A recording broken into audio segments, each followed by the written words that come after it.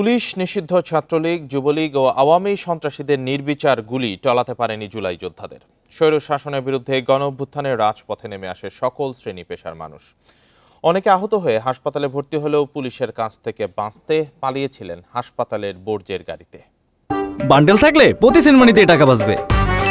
বিকাশ send money bundle কিনে জিতুন প্রতি লেনদেনে। 1 জুলাই থেকে শুরু হওয়া কোটা আন্দোলন 16 জুলাইয়ে রূপ নেয় গণঅভ্যুত্থানে।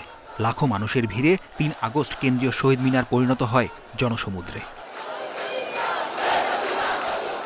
উঠে আসে দফা 1, দাবি 1, খুনি হাসিনার পদত্যাগ। অভ্যুত্থানের মুখে 5 আগস্ট ভারতে পালিয়ে যায় স্বৈরাচার শেখ হাসিনা। স্বৈরশাসনের অবসান ঘটলেও রয়ে গিয়েছে ক্ষত। মোহাম্মদপুরের বাসিন্দা বিল্লাল হোসেন। ফ্যাসিবাদী সরকারের বিরুদ্ধে লড়াইয়ে আহত হন তিনি। হাসপাতালে ভর্তি হলে সেখানেও হানা দেয় হাসিনার অনুগত বাহিনী। প্রাণ বাঁচাতে পালিয়েছিলেন হাসপাতালের বর্জ্যের গাড়িতে। আমার যে পায়ে বুলেট আঘাতপ্রাপ্ত হয়েছে, আমার ওই খেয়ালই নাই। আমার শুধু খেলা একটা ফেসিস্টের বিদায় কখন হবে। এখানে প্লাস্টার করলো, প্লাস্টার করার পর হঠাৎ করে এক ওয়ার্ড বয় আসলো, ভাই এখানে তো 8টা গাড়ি চলে আসছে, পুলিশের ডিবির আপনাদের গ্রেপ্তার করবে। তখন আমাদের ভিতরে আতঙ্ক ছিল। তখন আমার সহযোদ্ধা আমাকে ময়লার গাড়িতে নিয়ে পরে হাসপাতালের পিছনের গেট থেকে আমাকে বাইর করে দেয়। 3 আগস্ট রাজধানীর সায়েন্স ল্যাবে বৈষম্য বিরোধী ছাত্র আন্দোলনের ডাকে বিক্ষোভে যুক্ত হন কামরুল। গণগ্রেপ্তার থেকে পালিয়ে আসলেও রক্ষা পাননি বুলেটের আঘাত থেকে।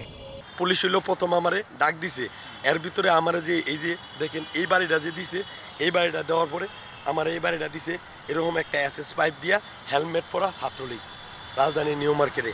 এই যে এই বাড়িটা। রামপুরায় আন্দোলনের প্রথম থেকেই সম্পৃক্ত ছিলেন আরেক যোদ্ধা হাসান। তুলে ধরেন আহত ও নিহতদের সেই বিভীষিকাময় দিনের কথা।